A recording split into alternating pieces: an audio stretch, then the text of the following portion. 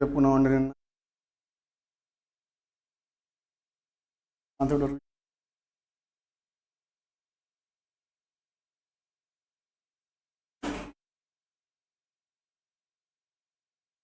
రండి.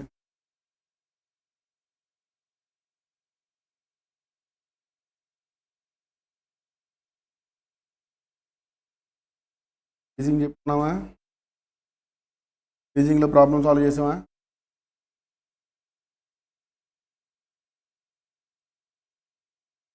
Problem solve చేసాం కదా టీచింగ్లో.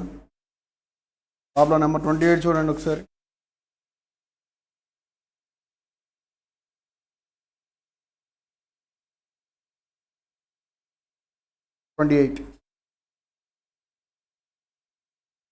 sharing puzzle.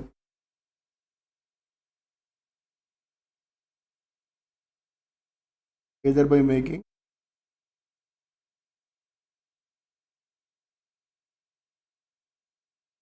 teasing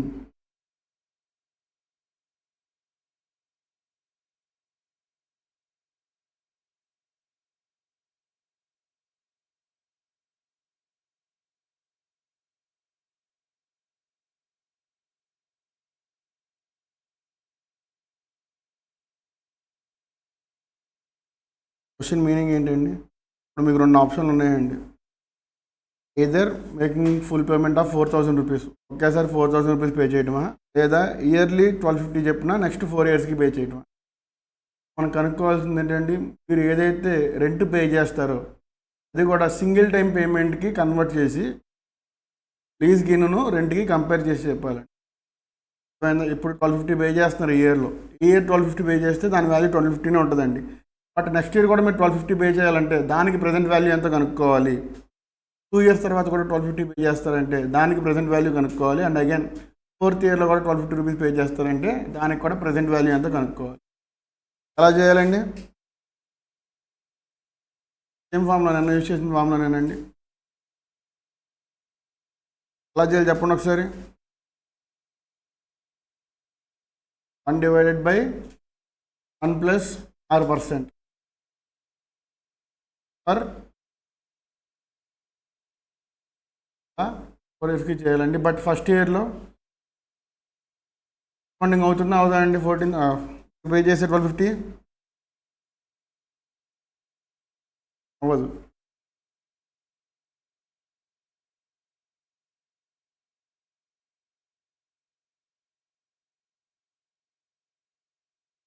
ఒకటి చెప్పారు. నేను మిగతా వాళ్ళు కూడా చేసి చెప్పండి ఒకసారి.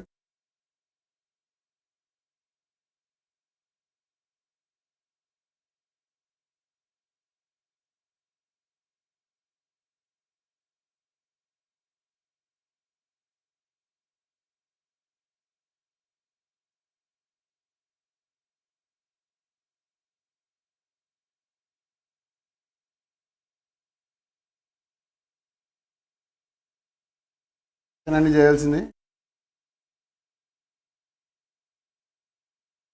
అది ఎంత వచ్చింది చెప్పండి. 1 డివైడ్ పాయింట్ మొత్తం ఇదంతా చేసారా? 1 చేయలేదు కదా.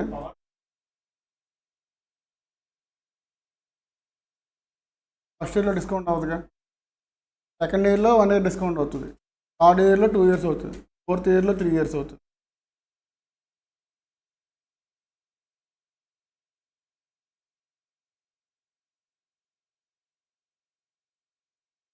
మరొకలు 0.321.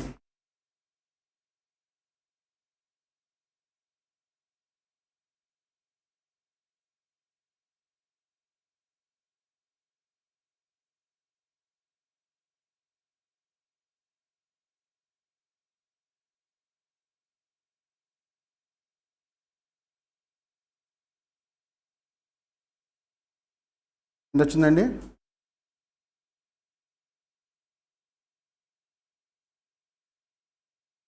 4100 వచ్చిందండి. ఇదేంటండి 4152 అనేది ఏంటి? రెంట్ మనం ప్రజెంట్ వాల్యూ కన్వర్ట్ చేసుకుంటే రిమైనింగ్ పేమెంట్స్ అన్ని వచ్చే వాల్యూ 4152 అండి. మనం లీజు పే చేస్తే ఎంత పే చేస్తున్నాం అండి? ఎవర్ ఇస్ ప్రిఫరబుల్ చెప్పండి ఒకసారి. లీజ్ అనేది ప్రిఫరబుల్. అగైన్ క్యాల్కులేషన్ సరిగ్గా చేయండి ఒకసారి అందరం మళ్ళీ. రైట్ అండి, 4152 right answer. Next one.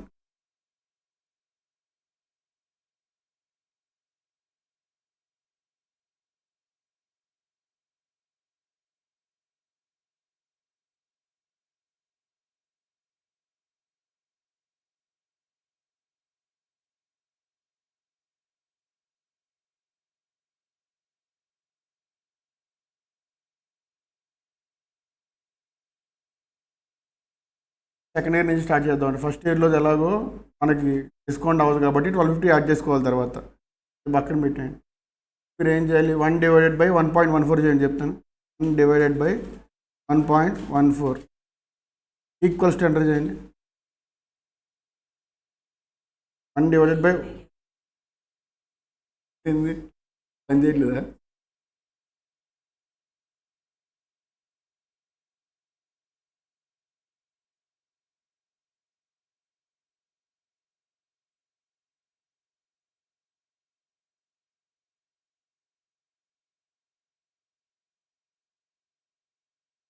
(1/1.14) enter చేయండి ఒకసారి చెప్తాను.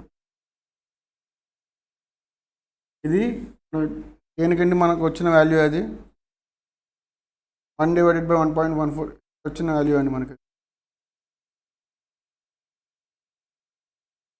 ఈ వాల్యూ అండి 1/1.14. మీరు అగైన్ ఈక్వల్స్ టు కొడితే మీకు ఈ వాల్యూ వచ్చింది. m ప్లస్ ఎంటర్ చేసి ఈక్వల్స్ టు ఎంటర్ చేయండి. ఈక్వల్స్ టు ఎంటర్, అది ఈ వాల్యూ అండి. అగైన్ m ప్లస్ ఎంటర్ చేయండి, ఈక్వల్స్ టు ఎంటర్ చేయండి. ఎంఆర్సి ఎంటర్ చేయండి. m ప్లస్ ఎంఆర్సి, ఎంఆర్సి 0.2 కదా. మనకు 1 ఉందిగా, 1 కూడా యాడ్ చేయండి ఒకసారి దానికి. +1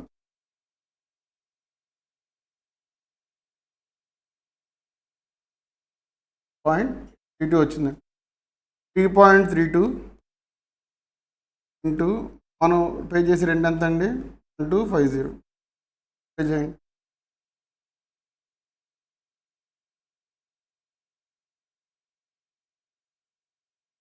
(4182) ఇది మనం పే చేసే రెంట్ వాల్యూ అండి. 3 ఇయర్స్కి మనం నార్మల్గా అయితే 1250 ఇంటూ 4 చేస్తే ఎంత వచ్చిందండి? 5000 రూపీస్ వచ్చింది. 5000 రూపీస్ పే చేసినట్టు కనిపించిందండి. కానీ ఆ వాల్యూస్ని ప్రజెంట్ వాల్యూ కన్వర్ట్ చేసుకుంటే మనం పే చేసేది 4152నేనండి. బట్ స్టిల్ మనం పే చేసిన లీజ్ ఎంత అండి? లీజ్ అయితే ఎంత పే చేయాలి? 4000 పే చేయాలి. 4000 ఎక్కువ ఉందా? 4152 ఎక్కువ ఉందా? ఎక్కడ పే చేస్తాం? ఎక్కడ ఎక్కువ పే చేస్తున్నాం? రెంట్లో మనం ఎక్కువ పే చేస్తున్నాం కాబట్టి రెంట్ యాక్సెప్ట్ చేయకూడదండి. ఎక్కడైతే మనం తక్కువ పే చేస్తున్నామో అదే మనం యాక్సెప్ట్ చేయాలి. మనకి ఏది ప్రాఫిట్టో అదే చూసుకోవాలి కదా. అర్థమైందా? ఫార్ములాలో రాసుకోవాలి అనుకుంటే 1250 ఇంటూ 1 ఇది ఫస్ట్ ఇయర్కి అండి, plus 1/1 plus 6% whole power second ఇయర్కి 1 ప్లస్ 14% హోల్ స్క్వేర్ థర్డ్ ఇయర్కి అండి, ఫోర్త్ ఇయర్. ఇలా చేస్తే వచ్చిన వాల్యూ ఎంత అండి? ఈ వాల్యూ ఎంత కలిపి ఎంత వచ్చింది? 3.32. ఫైనల్గా మనకు వచ్చే వాల్యూ 4152 అండి.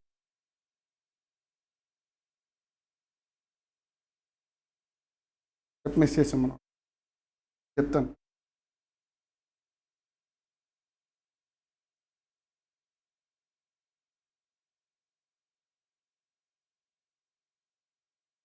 అలా చేయాలని అర్థమైందా?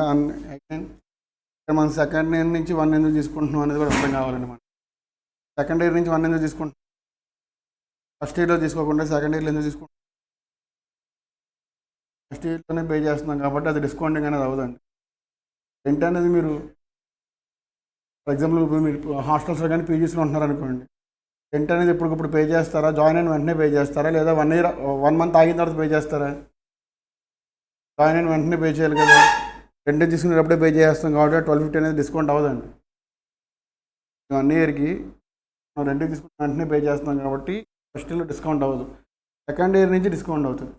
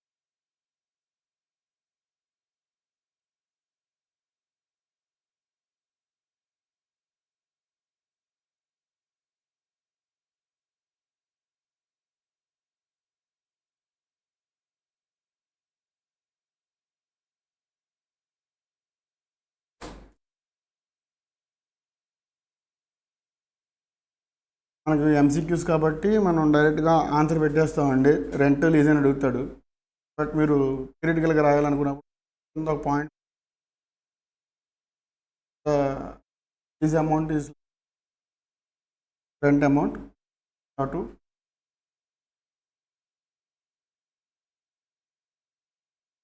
ఇంటర్లో మీరు ఖచ్చితంగా అదే కదా చేయాలి. ఇంటర్ సేమ్ మీకు బిట్స్ ఏం కాదు కదా, ఎంసీక్యూస్ ఏం కాదు కదా.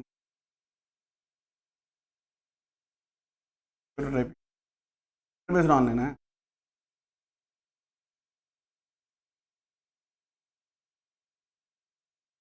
బేస్డ్ ఆన్లైన్ ఉంటాయండి.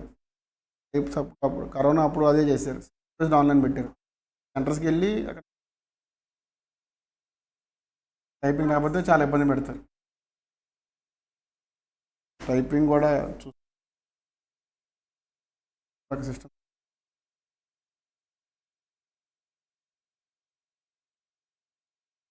ఓకేనండి, నోట్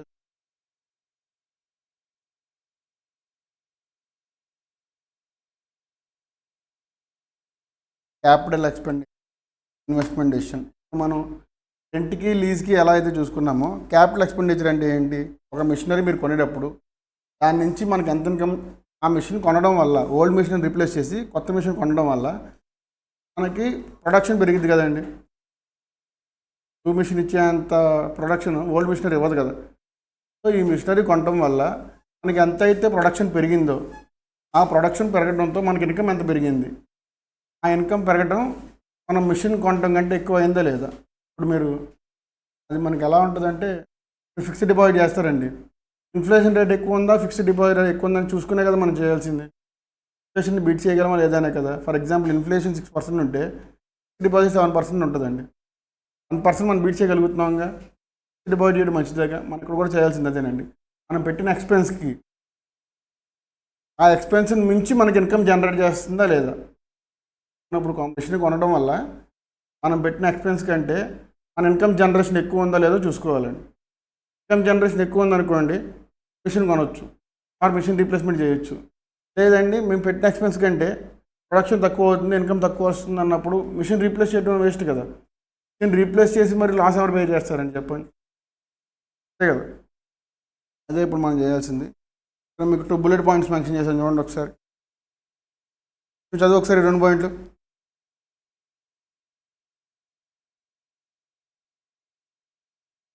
ఇన్వెస్ట్ చేయాలండి. Present value of cash inflow అనేది present value of cash outflow కంటే ఎక్కువ ఉంటే మనం మిషన్ మీద ఇన్వెస్ట్ చేయొచ్చండి, మిషనరీ తీసుకోవచ్చు. అలా కాదు సార్ ఇన్ఫ్లో తక్కువ ఉంది బట్ అవుట్ఫ్లో ఎక్కువ ఉంది అనుకుంటే, అవుట్ఫ్లో అంటే ఎక్స్పెండిచర్ అండి, ఇన్ఫ్లో అంటే ఇన్కమ్. అంటే మనకి మనీ రావటం, అవుట్ఫ్లో అంటే మనం ఖర్చు పెట్టడం.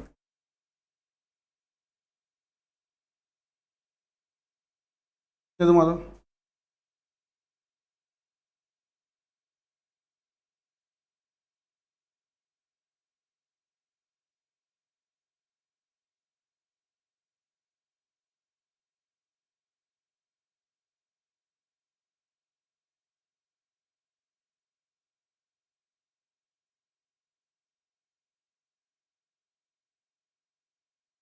కాస్ట్ ఆఫ్ బారోయింగ్ అంటే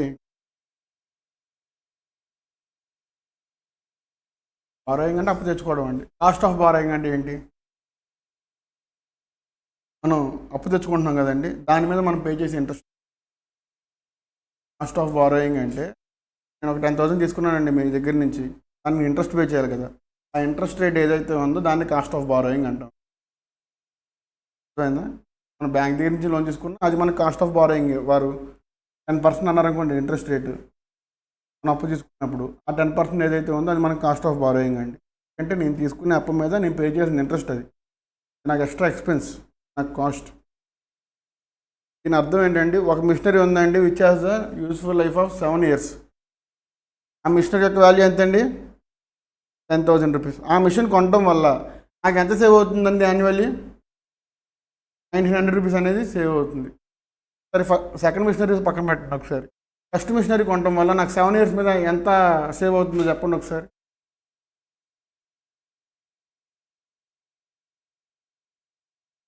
సెకండ్ మిషనరీ కాదు, సెకండ్ మిషనరీ అసలు పక్కన పెట్టండి. మిషనరీ గురించి మాట్లాడదాం ఫస్ట్. ఫస్ట్ మిషనరీ యొక్క లైఫ్ టైం ఎంత? 7 years. మిషన్ కాస్ట్ ఎంత? 10,000. ఆ మిషన్ పర్చేస్ చేయడం వల్ల నాకు ఎంత సేవ్ అవుతుంది? 1,900 సేవ్ అవుతుంది. ఇప్పుడు 7 years యూస్ చేస్తున్నా కాబట్టి మిషనరీకి, ఆ మిషనరీ నేను 7 years యూస్ చేయొచ్చండి. యూస్ఫుల్ లైఫ్ ఆఫ్ 7 years అన్నారు కదా, 7 years మీద మొత్తం కలిపి ఆ మిషనరీ కొనడం వల్ల నాకు ఎంత సేవ్ అవుతుంది? ఎలా వచ్చిందండి? 1,900 into 7. బట్ అది రైటేనండి, కానీ మనం ఏం చేయాలి? 1,900 అనేది ఇప్పుడు ప్రజెంట్ వాల్యూ చెప్తానండి నేను. నెక్స్ట్ ఇయర్ వచ్చే 1,900 ఏదైతే ఉందో ఇప్పుడున్న 1,900కి సమానమా, ఈక్వలా? కాదు కదా. అందుకే ఇప్పుడు ఈ 10% ఏదైతే ఉందో ఆ 10%ని డిస్కౌంట్ చేయాలండి. నెక్స్ట్ ఇయర్ వచ్చే 1,900కి మనం 10% అనేది డిస్కౌంట్ చేయాలి. థర్డ్ ఇయర్లో వచ్చే 1,900కి 2 times డిస్కౌంటింగ్ చేయాలి. అలా డిస్కౌంటింగ్ చేయాలండి, అంతేనండి. మీకు చేయండి, కాదంటలేదు. ఈ వాల్యూస్ ఏవైతే ఉన్నాయో మీకు 90% ఎగ్జామ్లో ఇచ్చేస్తారండి. ప్రజెంట్ వాల్యూ ఫ్యాక్టర్ అంటే పీవీఎఫ్ అంటారు. ఎలా చేస్తారు?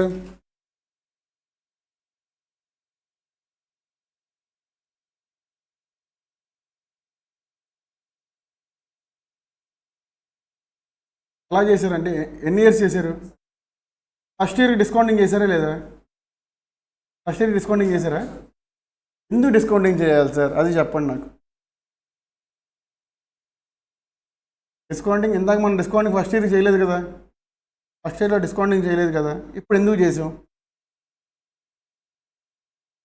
ఇది ఎండ్కి మనకి 1,900 700 తెలుస్తుంది, కానీ ఫస్ట్ ఇయర్ స్టార్టింగ్లో కాదండి. మనం బుక్స్ ఆఫ్ అకౌంట్స్ ప్రిపేర్ చేసేది ఎప్పుడైనా ఇయర్ ఎండింగే కదా. అప్పుడే కదా మనకి మిషనరీ వాళ్ళు సేవ్ అయిందో లేదో తెలిసేది. ఇలా ఆలోచించాలండి మనం. ఇప్పుడు ఆడిటర్స్ అయ్యి ఆలోచించాలి. ఇందాకంటే మనం ఫస్ట్లోనే 2 పే చేస్తున్నామండి. అందుకే మీకు స్పెసిఫిక్గా పీజీ ఎగ్జాంపుల్ కూడా తీసి చెప్పింది నేను. ఒక చోట రెడ్డి దిగామంటే ఆ మంత్ స్టార్టింగ్లోనే 2 పే చేస్తామండి. అప్పుడే మన దగ్గర నుంచి క్యాష్ అవుట్లో అయిపోయింది. బట్ ఇక్కడ మనకి సేవ్ అవుతుంది ఎలా తెలిసేదండి? బుక్స్ ఆఫ్ అకౌంట్ ప్రిపేర్ చేసినప్పుడు తెలుస్తుందండి. బుక్స్ ఆఫ్ అకౌంట్స్ ఎప్పుడు ప్రిపేర్ చేస్తామండి? ఈ రెండింటికి ప్రిపేర్ చేస్తాం. సో ఇప్పుడు మనం 7 yearsకి చేయాలి. 9,249. రిమైనింగ్ వాళ్ళు కూడా చేయండి అమ్మా, అది ఎలా చేయాలో. ఇప్పుడు మనం ఏం చేయాలండి? 1 divided by 1 plus 14% equals to 1 divided by 1.14.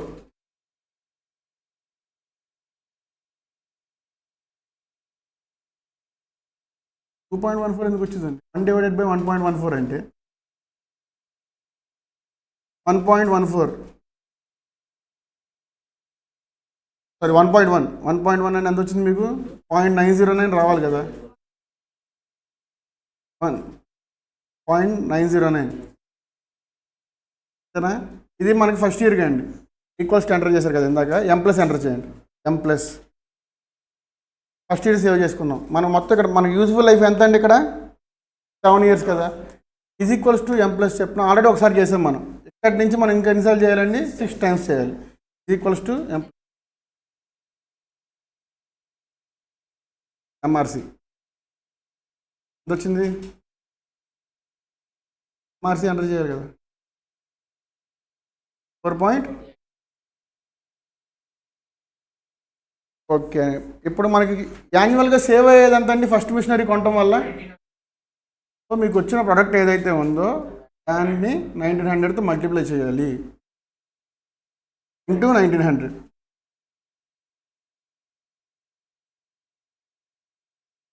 ఎంత వచ్చిందండి?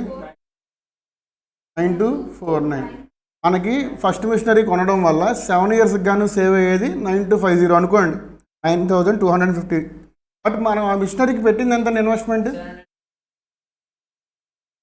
10,000 పెట్టాం. మనం ఇన్వెస్ట్ చేసింది 10,000 అండి.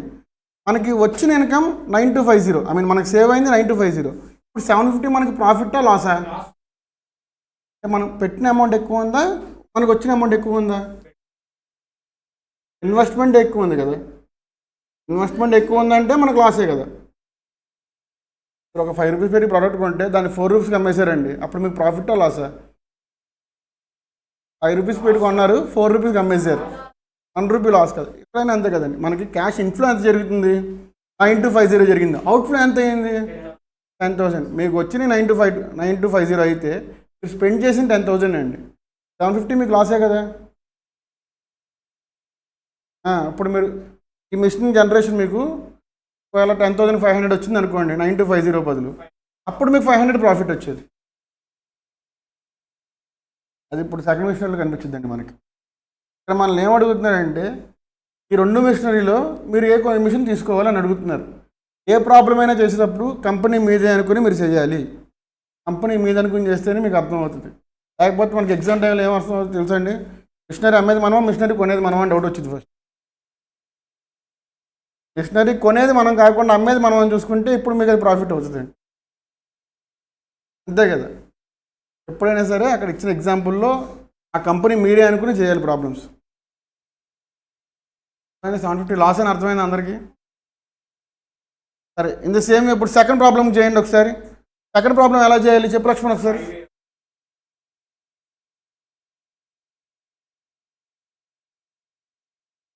One divided by 1.1. ఎన్నిసార్లు చేయాలి? 5 times ఎందుకు చేయాలి? 5 years ఉంది కాబట్టి 5 times చేయాలి. చేసి ఆన్సర్ చెప్పు నాకు.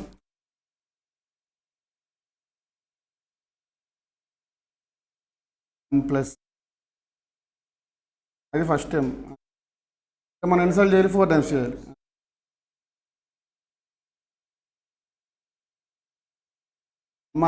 ఎంఆర్సి మెయిన్ థింగ్, మాటలు రావాలి. ఈ పాయింట్ ఇప్పుడు దానికి మనం దేంతో మల్టిప్లై చేయాలి చెప్పండి ఒకసారి. 1000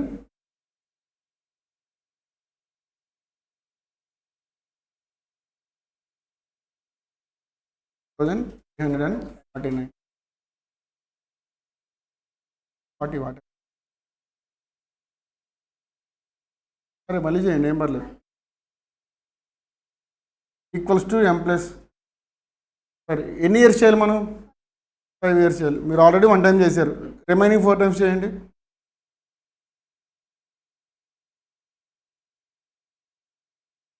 1.1 అండి, 1.4 కాదు. ఎందుకంటే ఇక్కడ మనం చేయాల్సింది ఏంటి? ఇక్కడ 10% ఉంది కదా.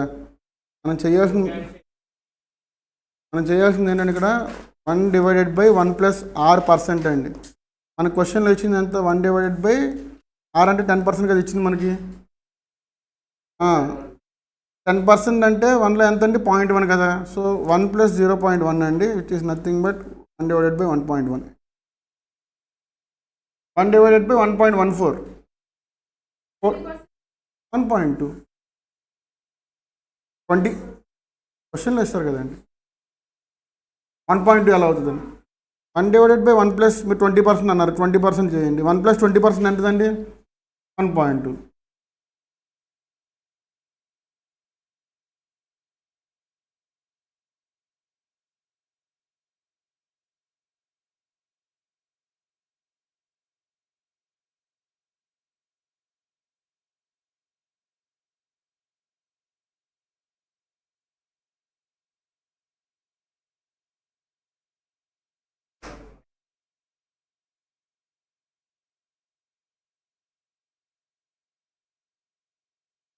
3.790. సెకండ్ మిషనరీ వల్ల మనకి యాన్యువల్ సేవింగ్స్ ఎంత అండి?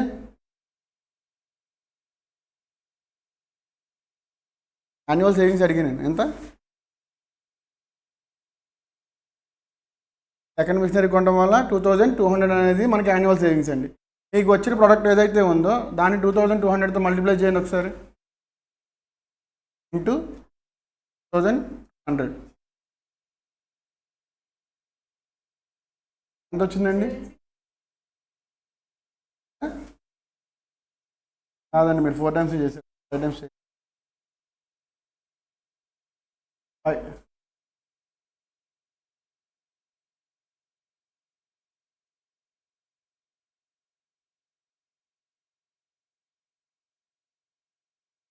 అండి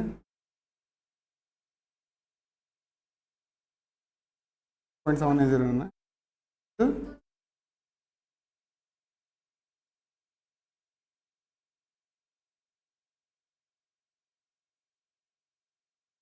83396. మనం పెట్టిన ఇన్వెస్ట్మెంట్ ఎంత అండి సెకండ్ మిషనరీకి? మనం పెట్టి ఇన్వెస్ట్మెంట్ ఎంత పెట్టాము సార్? 8000 పెట్టాం. మీకు వచ్చిన ప్రోడక్ట్ ఏదైతే ఉందో దాంట్లో నుంచి 8000 తీయండి.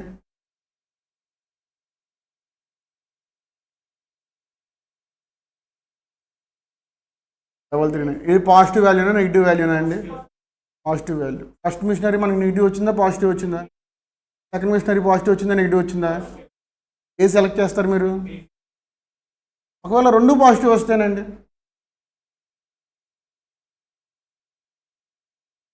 వస్తే ఓకేనా అండి? కూడా ఓకేనా?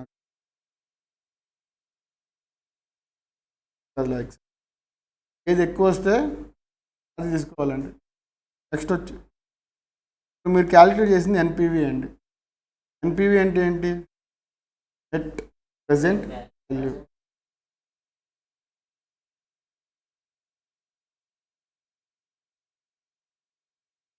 ఏది నెట్ ప్రెజెంట్ వాల్యూ అంటే?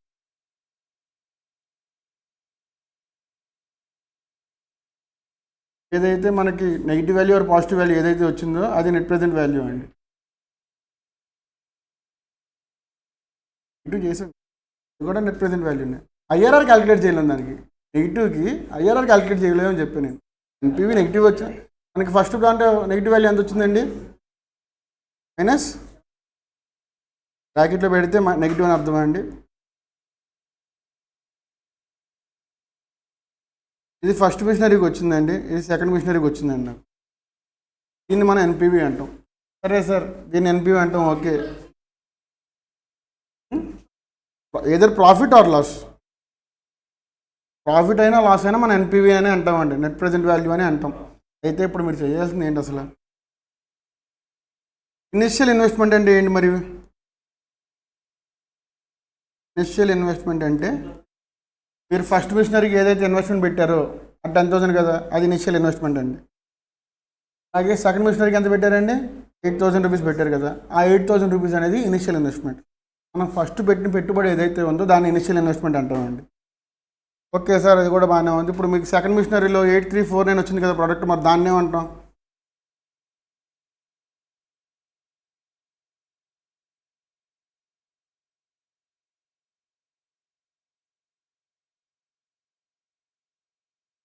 టోటల్ క్యాష్ ఇన్ఫ్లోస్ అని చెప్పి గుర్తుందా? టోటల్ క్యాష్ ఇన్ఫ్లోస్, ఇది క్యాష్ ఇన్ఫ్లో అండి. 8,000 అనేది ఏంటండి? క్యాష్ ఇన్ఫ్లోస్లో నుంచి ఇనిషియల్ ఇన్వెస్ట్మెంట్ తీసేస్తే వచ్చేది నెట్ ప్రెజెంట్ వాల్యూ. ఇప్పుడు మీకు దీనికే ఐఆర్ఆర్ కనుక్కోమంటారు. ఐఆర్ఆర్ అంటే ఏంటి? Full form internal rate of return. IRR ఎలా క్యాలిక్యులేట్ చేయాలి సార్? ఐఆర్ఆర్ అంటే మనకు అర్థమయ్యే భాషలో చెప్పుకోవాలంటే, మీరు ఒక 10,000 పెడితే మీకు ఒక 2,000 ప్రాఫిట్ వచ్చిందండి. 2,000 ప్రాఫిట్ వచ్చింది, దాని అర్థం ఏంటి? టోటల్ క్యాష్ అవుట్ఫ్లో 10,000 జరిగితే క్యాష్ ఇన్ఫ్లో 12,000 జరిగింది. సో 12,000లో నుంచి 10,000 చేస్తే మనకు వచ్చింది 2,000. ఆ 2,000 మనకి ఎంత పర్సంటేజ్ అంటే మీరు ఎలా క్యాలిక్యులేట్ చేస్తారు? What is the percentage of 2,000 అంటే మీరు ఎలా క్యాలిక్యులేట్ చేస్తారు? ఇయర్కే అనుకోండి, మనకి ఇయర్స్లో పెద్దగా పని ఉండదండి. ఇంట్లో కదండి. NPV NPV divided by initial investment into 100.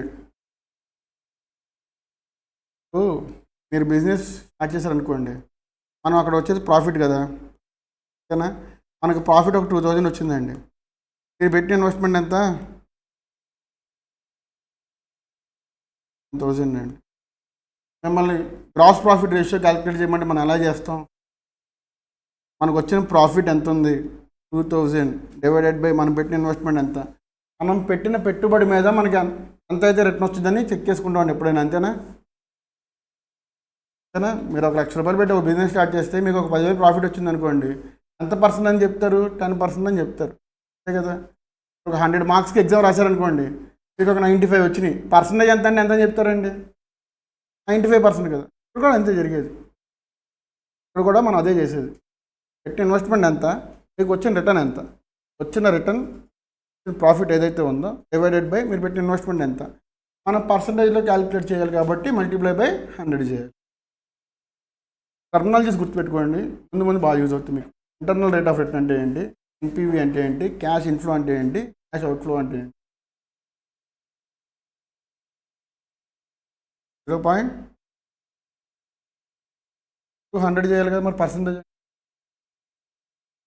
Rate అన్నా పర్సంటేజ్ అన్నా ఖచ్చితంగా మనం రేట్ ఎలా మెన్షన్ చేస్తామండి, రేట్ ఆఫ్ ఇంట్రెస్ట్ అంటాం, పర్సంటేజెస్లో మెన్షన్ చేసేది. పర్సంటేజ్ అంటే మల్టిప్లై బై 100 చేయాల్సిందే, అంతే కదా. 10,000 మీద 2,000 ప్రాఫిట్ వచ్చిందంటే 20% కదా. అర్థమైందండి అందరికీ?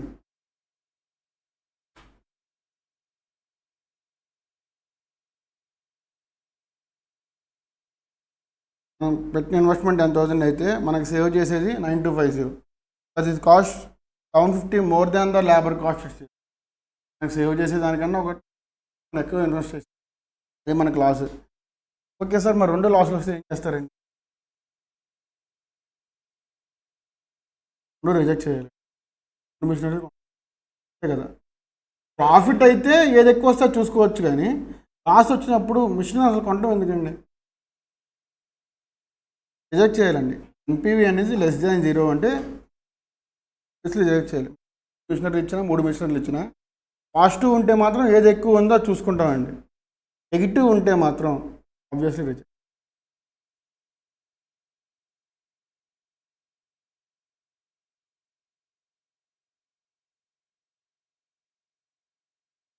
ఇన్వెస్ట్మెంట్ డెసిషన్స్ అర్థమైందండి. మీరు కంపెనీస్లో తర్వాత జాబ్ చేసేటప్పుడు మీరు యూజ్ చేసే ఇన్వెస్ట్మెంట్ డెసిషన్స్ అంటే మీరు మెయిన్గా చేయాల్సింది ఏంటంటే కాస్ట్ కటింగ్ ఎక్కడ చేయొచ్చు, కంపెనీ కాస్ట్ సేవ్ అక్కడ చేయొచ్చు, కాస్ట్ కంట్రోల్, 2 వీటి మీద మీరు మెయిన్గా వర్క్ చేసి ఎక్స్క్లూజివ్ పర్పస్ అది. కాస్ట్ రిడక్షన్, కాస్ట్ కంట్రోల్ ఎక్కడ చేయగలం అని చూడాలి మనం. వాల్యుయేషన్ ఆఫ్ బాండ్ అని నెక్స్ట్ కాన్సెప్ట్. అసలు బాండ్ అంటే ఏంటి మీకు తెలిసినంత.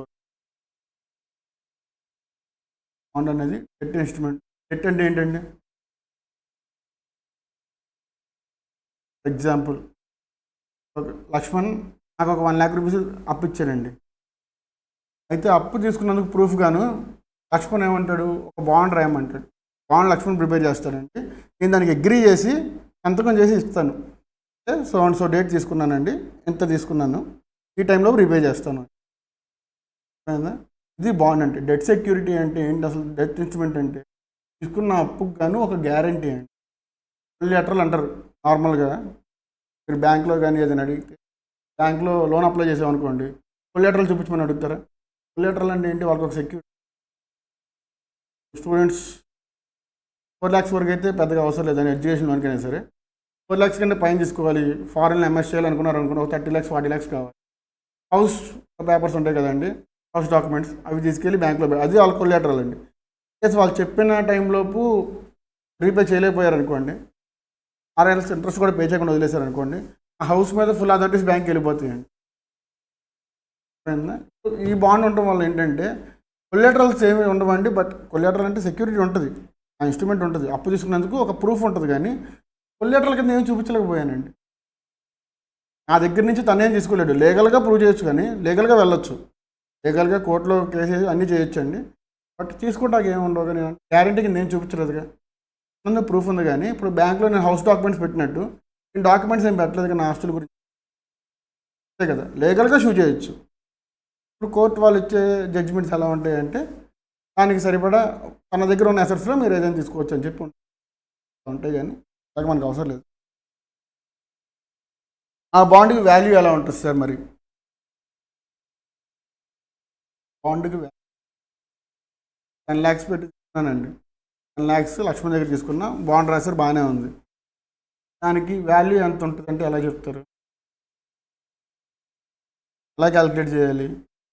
ఊరికే ఎవరు కదా, లక్ష్మణ్ నాకు మనీ ఇచ్చినా సరే ఎగ్జాక్ట్గా 10 lakhs మళ్ళీ నేను రీపే చేయను కదండి. నేను రీపే చేయాల్సింది ఎంత? ఇంట్రెస్ట్, నేను తీసుకున్న అమౌంట్ కూడా 10 lakhs అంటే 10 lakhs పే చేస్తానండి చివరికి. ప్రెసెంట్ వాల్యూ కూడా క్యాలిక్యులేట్ చేసి పే చేయాలి. బాండ్ ప్రకారం అయితే ఆ 10 lakhs కూడా ప్రజెంట్ వాల్యూ క్యాలిక్యులేట్ చేసి పే చేయాలి. ఇంట్రెస్ట్ అండి, అలాగే present value of the maturity amount, ఈ రెండు క్లబ్ చేస్తేనే బాండ్ వాల్యూ వచ్చిందండి. అసలు బాండ్ ఎందుకు యూజ్ చేస్తాం? బాండ్ అంటే ఏంటండి? మీకు ఇలా కూడా బిట్ అడగొచ్చండి. Bond is a debt instrument అని చెప్పి ఇలా 4 ఆప్షన్లు ఇస్తారు. డెట్ సెక్యూరిటీ ఇలా. Bond is not a collateral అండి, పెట్టుకోండి. బాండ్ అనేది డెట్ ఇన్స్ట్రుమెంట్ తప్ప కొల్లేటరల్ కాదు. కొల్లేటరల్ అంటే మీ అసెట్ ఏదైనా సరే వాళ్ళకి ప్రూఫ్ కింద చూపించు. కొల్లేటరల్ అంటే మనం అసెట్ ఏమి చూపించట్లేదు, డెట్ ఇన్స్ట్రుమెంట్స్కి మాత్రమే యూజ్ చేస్తాం. చెక్ ఉందనుకోండి, కొల్లేటరల్ అనే చెక్ అనేది కొల్లేటరలే కాదా? బాండ్ కొల్లేటరల్ కాదు, ఓకే సార్. అనేది కొల్లేటరలే కాదా చెప్పండి? బ్యాంక్ చెక్ ఇస్తారు కదా, నేను ఫస్ట్ తీసుకు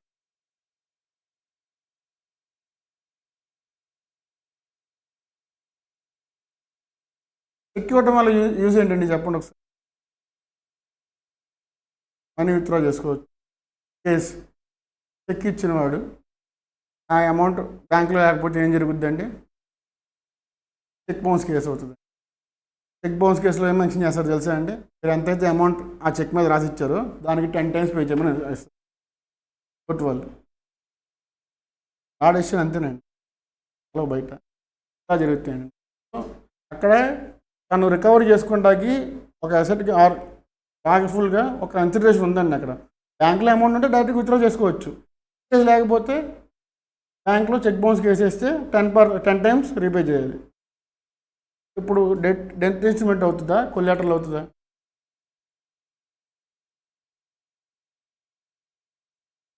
ఎవరికి ఆప్షన్ ఉంది అక్కడ? అప్పుడు ఏమవుతుందండి? కొల్లేటరల్ అవుతుంది. ఎవరికి మీరు డైరెక్ట్గా ఆప్షన్ ఉంది అంటే అది కొల్లేటరల్ అండి. ఎవరి ఆప్షన్ లేదు, నేను మొత్తం కోర్టుకి వెళ్ళి కేసులు తీసుకుని వాళ్ళు ఇచ్చే జడ్జిమెంట్ వరకు వెయిట్ చేయాలంటే మాత్రం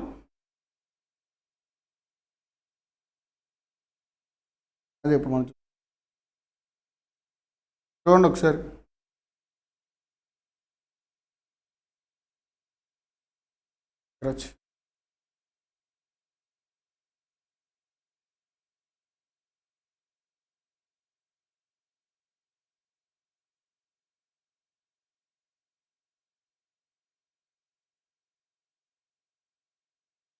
వెళ్ళే ముందు ప్రీమియం అంటే ఏంటి, ఆర్ అంటే ఏంటి, డిస్కౌంట్ అంటే ఏంటి తెలుసుకోవాలి. ప్రీమియం అంటే ఫర్ ఎగ్జాంపుల్ లక్ష్మణ్ దగ్గర నేను తీసుకున్నాను కదండి 10 lakhs, నా బాండ్ లక్ష్మణ్ దగ్గర పెట్టాను కదా. లక్ష్మణ్ ఏం చేస్తాడు? లక్ష్మణ్కి అర్జెంట్గా డబ్బులు అవసరం వచ్చినాయండి. అంతకంటే తక్కువ వాల్యూకి వేరేజ్కి అమ్మేస్తారండి ఆ బాండ్ని. అంటే ఇప్పుడు నేను ఒక 10 lakhs తీసుకుంటే 9,50,000కి చేస్తాడండి. అది డిస్కౌంట్ అండి. ఎందుకు? ఎమర్జెన్సీ పర్పస్ వల్ల నేనైతే ఇప్పుడు అమౌంట్ ఇవ్వలేనండి. అందుకే లక్ష్మణ్ ఏం చేశాడు? ఎవరైతే అమౌంట్ ఇస్తారో తను ఇస్తానని చెప్పాడు. బట్ ఇప్పుడు అవసరం ఎవరిది? లక్ష్మణ్దే తీరుస్తుందా చెప్పండి? లక్ష్మణ్ అవసరం కాబట్టి లక్ష్మణ్ బాండ్ తక్కువ వాల్యూకి అమ్మగలడా, ఎక్కువ వాల్యూకి అమ్మగలడా? తక్కువ వాల్యూగా అమ్మగలడు కదా. ఇప్పుడు అది ట్రాన్స్ఫర్ చేస్తారండి. అది డిస్కౌంటింగ్ అంటే. డిస్కౌంట్ ఎంత జరుగుతుందండి? 50,000 రూపీస్ అనేది డిస్కౌంట్ జరుగుతుంది. ప్రీమియం అంటే ఏంటంటే బాండ్ వాల్యూ కన్నా ఎక్కువగా అమ్మకడం అండి. బాండ్ వాల్యూ కన్నా 10 lakhs అనుకోండి, 10,50,000 కానీ 11 lakhs కానీ అమ్మగలగడం అండి. అది ప్రీమియం అంటే. పార్ అంటే ఫేస్ వాల్యూ అండి. 10 lakhsకి 10 lakhs అమ్మేశారనుకోండి, అది పార్ వాల్యూ. పార్ అంటే ఏంటి, ప్రీమియం అంటే ఏంటి, డిస్కౌంట్ అంటే ఏంటి, అర్థమైందండి? ఇక్కడ ఏం జరుగుతుంది చూడండి ఒకసారి. మరి ఇన్వెస్టర్ రిక్వైర్స్ రిటర్న్ ఎంత ఎక్స్పెక్ట్ చేస్తున్నారండి? 14% ఎక్స్పెక్ట్ చేస్తున్నారండి. మన ఇంట్రెస్ట్ ఎంత అండి? ఇంట్రెస్ట్ రేట్ ఎంత? 10. ఇంట్రెస్ట్ అనేది 10%. ఇన్వెస్టర్ రిక్వైర్స్ ఎంత అండి? Interest rate 14%. ఫస్ట్ మనం ఏం చేయాలంటే వాల్యూ ఆఫ్ ద బాండ్కి ఇంట్రెస్ట్ రేట్తో మల్టిప్లై చేయాలండి. వాల్యూ ఆఫ్ ద బాండ్ ఎంత అండి? 1000 రూపీస్. 1000 రూపీస్లో 10% అంటే ఎంత? 100 రూపీస్ అండి. 1000 రూపీస్లో 10% అంటే 100 రూపీస్. బాండ్ ఎన్ని ఇయర్స్కి అండి? 3 years. మనకు వచ్చే ఆ ఇంట్రెస్ట్ ఏదైతే ఉందో 100 రూపీస్ ఏదైతే ఉందో దానికి ప్రజెంట్ వాల్యూ కనుక్కోవాలండి ఫస్ట్. అర్థమైందా? ఇప్పుడు 2024లో ఎక్స్పెక్ట్ చేస్తున్నారండి. 25లో వస్తుంది ఒక 100 రూపీస్, 26లో 100 రూపీస్, 27లో 100 రూపీస్ వస్తాయని ఎక్స్పెక్ట్ చేస్తున్నారు. అవునా? 3 years. నెక్స్ట్ ఇయర్ వచ్చే అమౌంట్కి 100 రూపీస్కి ఇప్పుడున్న 100 రూపీస్కి వాల్యూ ఒకటేనా? 2025లో వచ్చే 100కి ఇప్పుడున్న 100కి వాల్యూ ఒకటేనా? కాదు కదండి, డిస్కౌంట్ అవుతుంది కదా. ఎంత డిస్కౌంటింగ్ అవుతుందండి ఇక్కడ మనకి? తను ఎంత ఎక్స్పెక్ట్ చేస్తున్నాడు ఇన్వెస్టర్? 14% ఎక్స్పెక్ట్ చేస్తున్నాడు. అంటే 14% వచ్చే ఇంట్రెస్ట్ రేట్ కూడా, ఇంట్రెస్ట్ అమౌంట్ కూడా 14% అనేది డిస్కౌంట్ అవుతుంది. ఫస్ట్ మీరు ఈ 100 రూపీస్కి 3 years డిస్కౌంటింగ్ ఎంత చెప్పండి? 100 రూపీస్కి ఎలా చేయాలండి? 14% డిస్కౌంటింగ్ ఫర్ 3 years ఎలా చేయాలి చెప్పండి? First divided by 1 divided by 3 years కదా బాండ్, 3 years ఉంది.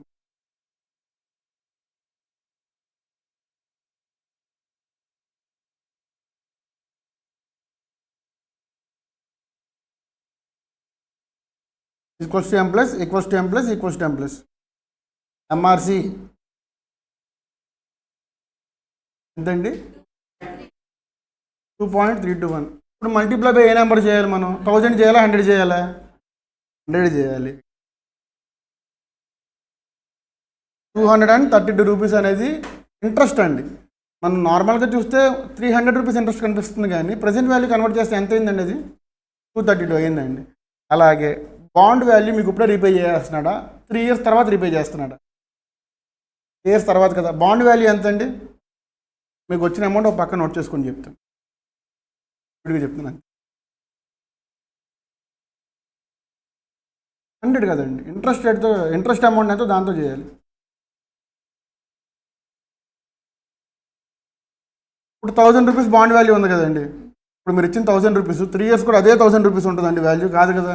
డిస్కౌంట్ అవుతుంది కదా. 100 రూపీసే డిస్కౌంట్ అయినప్పుడు 1000 రూపీస్ కూడా డిస్కౌంట్ అవుతుంది కదా.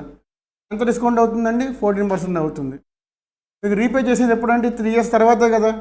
1000 రూపీస్ మీకు రీపే చేసేది 3 years తర్వాతే కదా. ఇప్పుడు రీపే చేయరు. 3 yearsకి మీరు డిస్కౌంట్ ఏం చేయండి మరి 1000 రూపీస్ని కూడా. అలా చేయాలి. 14%. బాండ్ వాల్యూ ఎంత అండి? 1000 రూపీస్ కదా. 1000 డివైడెడ్ బై 1.14. 2000 ఎందుకు? ఎంప్లస్ ఎంఆర్సీ చేశారు. ఎంప్లస్ ఎంఆర్సీతో పని లేదు కదండి ఇప్పుడు మనకి. ఇందాకంటే ఇంట్రెస్ట్ సరే, దానికి దీనికి డిఫరెన్స్ ఎంత చెప్తా చూడండి. ఇందాక ఇంట్రెస్ట్ మనకి ఏమైంది? 3 years పాటు ప్రతి ఇయర్ 100 రూపీస్ వస్తాయి కదా. ఇప్పుడు మీరు ఒక 1 lakh ఇచ్చి ప్రతి ఇయర్ నాకు 1 lakh రీపే చేయమని అడుగుతారా? ఒక 1 lakh ఇచ్చి ప్రతి ఇయర్ 1 lakh రీపే చేయమని అడుగుతారా? 3 years తర్వాత 1 lakh రీపే చేయమని అడుగుతారా? 3 years తర్వాతే కదా, అంటే ఒకసారే కదా. మీరు M+= ఎంటర్ చేయక్కర్లేదండి. మీరు చేయాల్సింది ఏంటి? 1000 divided by 1.14 equals to 3 times enter చేయాలి అంతేనండి. దానికి దీనికి డిఫరెన్స్ క్యాచ్ చేయండి ఫస్ట్. 670 మీరు అప్పుడు వచ్చిన 1000 రూపీస్ వాల్యూ ఇప్పుడు ఎంత ఉందండి? 674 రూపీస్ ఉంది. 1 డివైడెడ్ బై 1 + R% అండి. R అంటే ఎంత? 14% కదా. సో 1 డివైడెడ్ బై 1.14 ఎన్ని ఇయర్స్కి అండి డిస్కౌంట్ అయ్యేది 1000 రూపీస్ 3 ఇయర్స్కి ఈక్వల్స్ టు థౌజండ్స్ అండి నేను చెప్పాను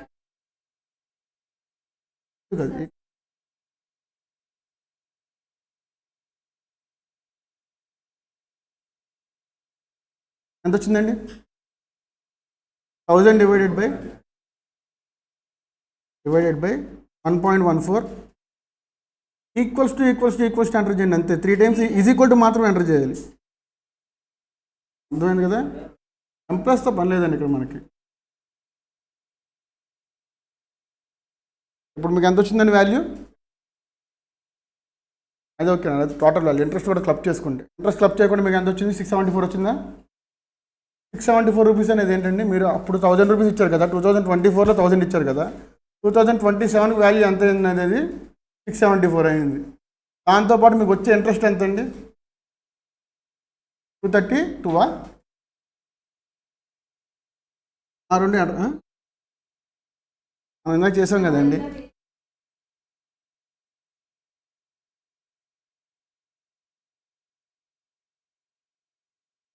అది మనకు వచ్చే ఇంట్రెస్ట్ అండి అంటే ఇప్పుడు మీరు నాకు ఒక 1 lakh ఇస్తే మన ఇద్దరం 10% చెప్పి మాట్లాడుకున్నాం అనుకోండి ఇంట్రెస్ట్ రేటు ఎవ్రీ ఇయర్ నేను మీకు ఒక 10,000 పే చేయాలి అది ఇంట్రెస్ట్ అండి 10,000 అనేది ఇంట్రెస్ట్ 1 lakh అనేది బాండ్ వాల్యూ 1 lakh అనేది బాండ్ వాల్యూ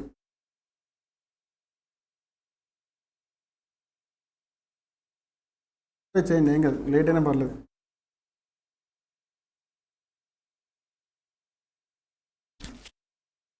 కలిసి ఉండే